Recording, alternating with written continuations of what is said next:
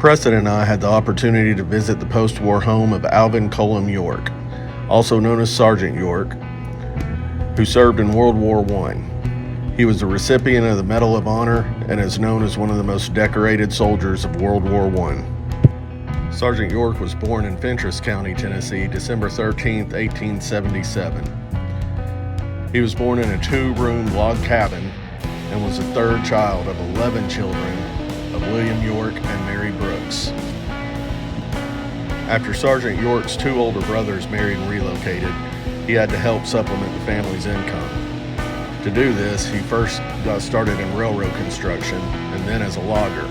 By all accounts, he was a skilled laborer who was devoted to the welfare of his family and was a crack shot with a rifle. York was also a violent alcoholic prone to fighting in saloons. In one of the saloon fights, his best friend was killed. York also accumulated several arrests within the area. His mother, a member of a pacifist Protestant denomination, tried to persuade York to change his ways. York attended a revival meeting on January 1, 1915, and converted his life to Christianity. His congregation was the Church of Christ and Christian Union, a Protestant denomination that shunned secular politics and disputes between Christian denominations. The church had no specific doctrine of pacifism, but it had been formed in reaction to the Methodist Episcopal Church. The South supported slavery, including conflict during the American Civil War, and opposed all forms of violence. In a lecture later in life, York reported his reaction to the outbreak of World War I. He stated, "I was worried clean through. I didn't want to go and kill. I did believe in my Bible." On June 5, 1917, at the age of 29, Alvin York registered for the draft, as all men between 21 and 30 years of age were required to do as a result of the Selective Service Act. When he registered for the draft, he answered the question, "Do you claim exemption from draft, specify grounds," by writing. To that, he wrote, "Yes, don't want to fight." When his initial claim for conscientious objector status was denied, he appealed. During World War I, conscientious objector status did not exempt the objector from military duty. Such individuals could still be drafted and were given assignments that did not conflict with their anti-war principles. In November 1917, while York's application was considered, he was drafted and began his Army service at Camp Gordon, Georgia. While York initially sought out exemption from the war, there must have been an internal struggle within on whether he should fight or not, because later he refused to sign documents provided by his pastor seeking a discharge from the Army on religious grounds, and similar documents provided by his mother asserting a claim of exemption as the sole support of his mother and siblings. Despite his initial signed request for an exemption, he later disclaimed ever having been a conscientious objector. It is said that one of the major reasons Sgt York decided to take up arms for his country came in his unit, Company G, 328th Infantry, 82nd Division. His company commander, Captain Edward Courtney Bullock Danforth Jr. of Augusta, Georgia, and his battalion commander, Major G. Edward Buxton of Providence, Rhode Island, had a lot of conversations with York. They spoke mainly of the biblical passages about violence. "He that hath no sword, let him sell his cloak and buy one. Render unto Caesar. If my kingdom were of this world, then would my servants fight." Cited by Danforth, these passages persuaded York to reconsider the morality of his participation in the war. In a 10-day visit home, he returned convinced that God meant for him to fight and would keep him safe, as committed to his new mission as he had been to pacifism. On October 8, 1918, York found himself in France, where his life would take a dramatic turn. His company was ordered to take Hill 223. This would prove difficult and take a one-time objector and turn him into an American hero. After being pinned down in an attempt to capture a narrow-gauge railroad, York took his fateful walk into history. As a company sharpshooter, he and 16 other soldiers, under the command of Acting Sergeant Bernard Early, were given the near impossible task of silencing the machine guns that halted the advance the day before. It was a cold, wet morning. Rain mixed with the sleet added to the gloom of the fog that draped the landscape. As the soldiers worked their way around the hill, the men on the left flank stood exposed in the creek bottom. German machine gunners opened fire, wounding or killing 9 Americans, including York's best friend, Murray Savage. York was on the right flank, beneath the crest of the hill in a natural depression, which he used to kill 9 of the men who operated the guns. In the meantime, his comrades opened fire on the Germans, and in a few minutes, 25 were dead. The Germans surrendered to what they thought was a superior force, and York and the American survivors escorted 132 prisoners to American forces at Varennes, some 10 miles away. It was for his actions that York was awarded the Medal of Honor. His citation read, "After his platoon had suffered heavy casualties and 3 other non-commissioned officers had become casualties, Corporal York assumed command.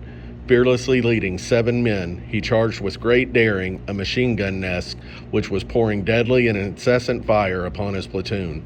In this heroic feat, the machine gun nest was taken, together with 4 officers and 128 men and several guns."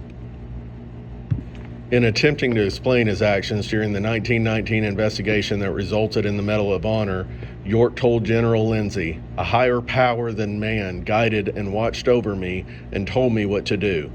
Lindsay replied to York, "York, you are right." York returned home in May of 1919, unaware that he had become famous thanks to a journalist named George Petullo who wrote of his exploits during the war. York was greeted by fanfare when he returned to the United States, and after several days of celebrations and parades, he proceeded to Fort Oglethorpe, Georgia, where he discharged from service and then proceeded on to Tennessee for more celebrations. He had been home for barely a week on June 7, 1919, when he married Gracie Loretta Williams. York refused many offers to profit from his name, including thousands of dollars offered for appearances, product endorsements, newspaper articles, and movie rights to his life story. Instead, he lent his name to various charitable and civic causes. To support economic development, he campaigned for the Tennessee government to build a road to service his native region, succeeding when a highway through the mountains was completed in the mid-1920s and named Alvin C York Highway. The Nashville Rotary organized the purchase by public subscription of a 400-acre farm, the one gift that York accepted. However, it was not the fully equipped farm he was promised, requiring York to borrow money to stock it. He subsequently lost money in the framing depression that followed the war. Then the Rotary was unable to continue the installment payments on the property, leaving York to pay them himself. In 1921, he had no option but to seek public help, resulting in an extended discussion of his finances in the press, some of it sharply critical. Debt in itself was a trial. He stated, "I could get used to most any kind of hardship, but I'm not fitted for the hardship of owing money." Only an appeal to the Rotary clubs nationwide and an account of York's plight in the New York World brought in the required contributions by Christmas 1921. In the 1920s, York formed the Alvin C. York Foundation with the mission of increasing educational opportunities in his region of Tennessee. Board members included the area's Congressman Cordell Hull, who later became Secretary of State under President Franklin D. Roosevelt, Secretary of the Treasury William G. McAdoo, who was President Wilson's son-in-law, and Tennessee Governor Albert Roberts. Plans called for a non-sectarian institution providing vocational training to be called the York Agricultural Institute. In 1940, York was looking to finance an interdenominational Bible school, so he yielded to a persistent Hollywood producer and negotiated the contract himself. In 1941, the movie Sgt York, directed by Howard Hawks with Gary Cooper in the title role, told about his life and Medal of Honor action.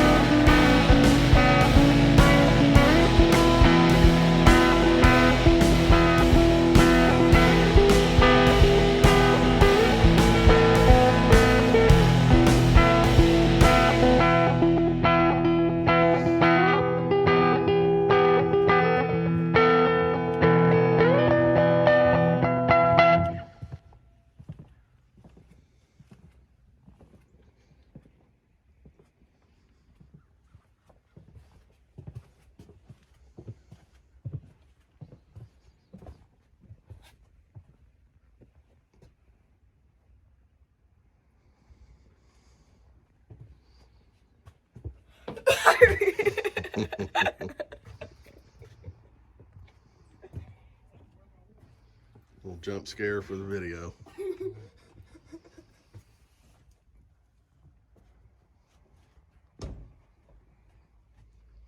Rough life, buddy. Can you imagine the rats in here?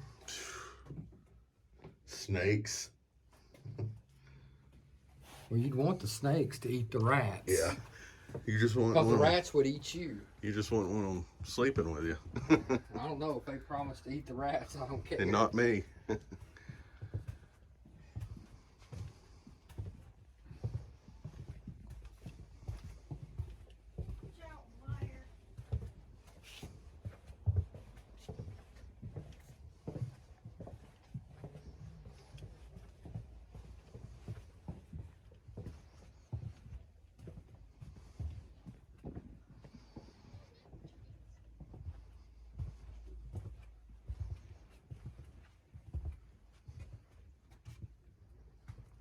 I guess you'd crawl up here before you. Mm-hmm.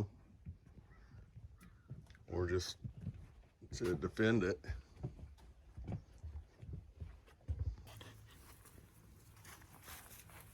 Beautiful out here. Let me get out of this picture. Oh, you're You're fine. talking about things being beautiful. I told Bob. I told Bob on your new intro to your thing. Yeah. His creek features